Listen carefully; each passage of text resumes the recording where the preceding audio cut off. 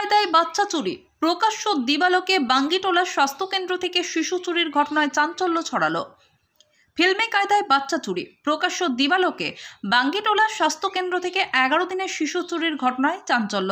স্বাস্থ্যকেন্দ্রের ভিতর থেকে এই শিশু চুরির ঘটনার সিসিটিভির ফুটেজ সামনে এসেছে। পঞ্চানন্দপুর সুলতানতলা গ্রামের বাসিন্দা আব্দুল কাদির ও মনিরা খাতুনের 11 দিনের শিশুকন্যার সন্তান ছিল।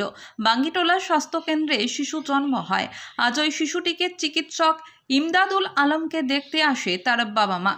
সে সময় পাশে এক রোগী শিশুটিকে আদর করে তার কোলে নেয়। মায়ের পাশেই কিছুদিনের দীর্ঘক্ষণ কোলে নিয়ে আদর করতে থাকে আর মাকে জানায় দোকান থেকে ওষুধ কিনে আনতে। মুহূর্তেই অসতর্কতায় শিশুটিকে নিয়ে পালিয়ে যায় ওই মহিলা।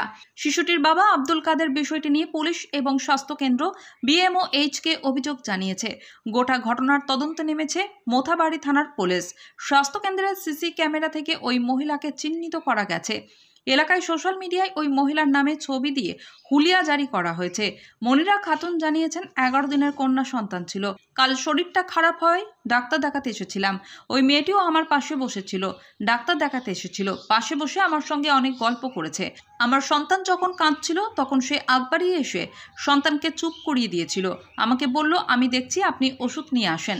আমি ওষুধ দোকানে গেলে সে আমার বাচ্চাটাকে নিয়ে পালিয়ে যায়। বাচ্চাটির বাবা আব্দুল কাদের জানিয়েছেন, গোটা বিষয়টি আমি পুলিশ ও স্বাস্থ্য দপ্তরকে জানিয়েছি। ঘটনার তদন্তে নেমেছে মোথাবাড়ি থানার পুলিশ। ব্লক স্বাস্থ্য আধিকারিক কৌশিক মিস্ত্রি জানিয়েছেন, এই ঘটনার সঙ্গে স্বাস্থ্যকেন্দ্রের কোনো সম্পর্ক নেই। বাচ্চাটি এক চিকিৎসকের প্রাইভেট চেম্বারে ডাক্তার দেখাতে এসেছে। সিসিটিভির ক্যামেরায় দেখা যাচ্ছে বাচ্চার মা নিজেই ওই মহিলাকে বাচ্চাটি দেয়।